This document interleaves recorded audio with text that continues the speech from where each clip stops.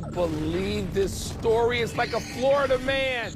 I'm not buying a nude bowling tournament. Not in Pittsburgh, in Amsterdam, maybe, not Pittsburgh. Well, you're the bowler. Between the two of us, you know more about bowling. If you don't know nude bowling, I'm staying out of this. Welcome to PTI, boys and girls. In today's episode, Cooper Flagg debuts in Summer League. The Dodgers have lost 6 straight, and Lionel Messi is putting up big numbers for Inter Miami. But we begin today, as we have all this week, with compelling action from Wimbledon. The first women's semifinal between top seed Aryna Sabalenka and the 13th seed American Amanda Anisimova was spectacular. 3 sets, each won 6-4. Anisimova won the first and the third, and at one point in the third set, peeled off 4 games in a row.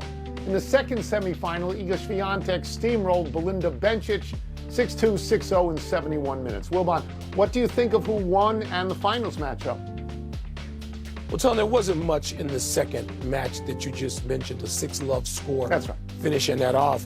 But the first one, I mean, Anisimova and Sabalenka had the drama, the tension. It seems like you could easily line up behind one or the other. I certainly did and have done that during this tournament. And I found myself at triple match point even. Sabalenka can work herself into such a state when she's behind and just rip off winners that even down triple match point, I was like, oh my gosh, she's going to extend this thing, because at one point she had to do that in the second set to get the second set. So it just had everything, Tone. And I don't know about projecting to the final. I didn't have much interest in that. I was pretty absorbed in that first match, and I felt like I was tired, like I had played some points by the time it was over, because I don't know how you could be more entertained than that. We agree right down the line. We're not going to talk about the Swiatek match. It was not a compelling match.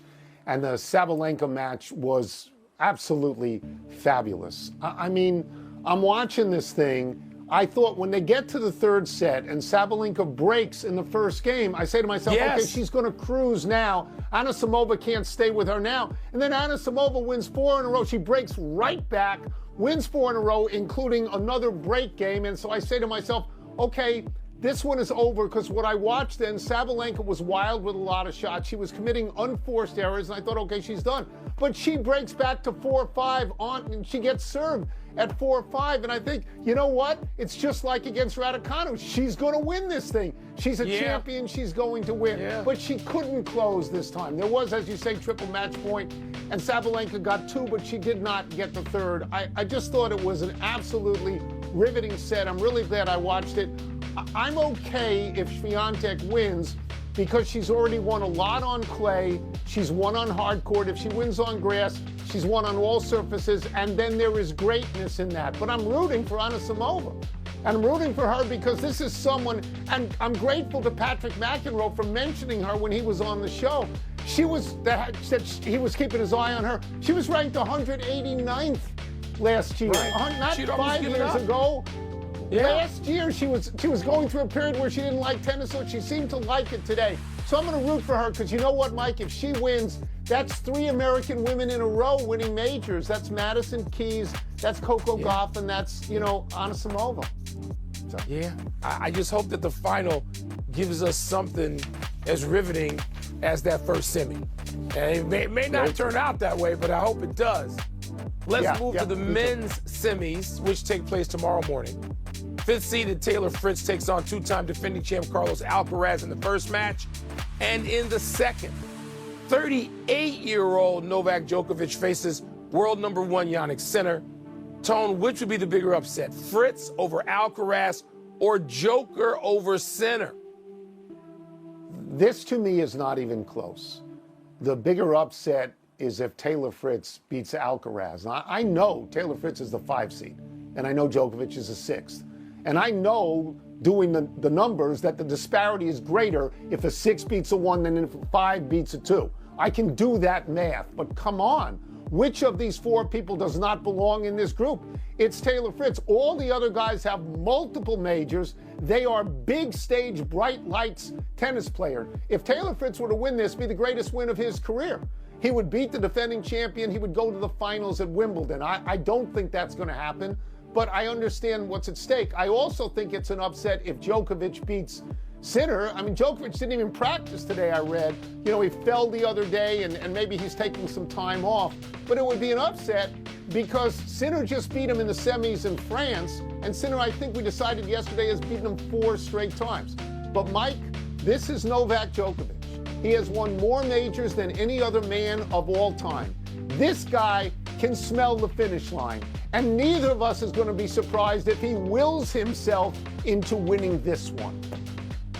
Upset doesn't even begin to it wouldn't even surprise me if Djokovic beats Sinner.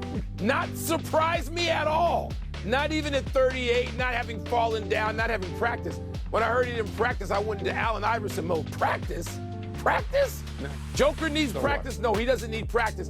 He needs to be in a frame of mind, which he seems to be able to get himself into as often as any male tennis player ever when it comes to getting deep in the biggest and best tennis tournaments. So it wouldn't be an upset. Taylor Fritz would be an upset, even though Fritz, was in the finals of the U.S. Open less than a year ago, and Fritz is on the come.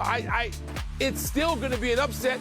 We're talking two-time defending champ. And since struggling in that first match, Alcaraz only lost 2 sets. So Alcaraz has really gotten himself together. I know he hasn't been tested, hasn't played, a top flight player recently, but when he's on a roll, Tony, I don't know that it matters. I'll just say this, Mike, that the correct final would be 1 against 2. It would be Sinner and Alcaraz. I mean, they are the best players in the world, and it is visible that they are the best players in the world. But I'll bet you more people would rather see Djokovic-Alcaraz. I'll bet you on that. I'll bet you. Let's go to baseball, where the Los Angeles Dodgers were swept last night by the Milwaukee Brewers on a walk-off single by Jackson Chourio in the 10th inning. This is the first time the Brewers have ever swept the Dodgers in Milwaukee. And this was the Dodgers' 6th loss in a row. That's the first time the Dodgers have lost that many in a row since 2019. Wilbon, the Dodgers' losing streak. Big deal, little deal, no deal. It's between little deal and no deal, Tony, because everything is relative in sports, which people forget. And they want to cite stats and say this is the first time ever, and he's the youngest ever, he's the oldest ever. The Dodgers are going through something that every team in the National League, so far, maybe except my Cubs, and I'm worried they're going to go through it, has either gone through recently or is going through now. The Phillies just went through this. The Mets have gone through it. We talk about every week somebody, particularly in the National League, even in the American League, the Yankees went through it. The Astros did it early. They haven't done it lately. But we're seeing this. They go through where they lose 6 out of 7 or 8 out of 11 or 5 in a row. This is the nature of baseball, and particularly right now in the National League. So do I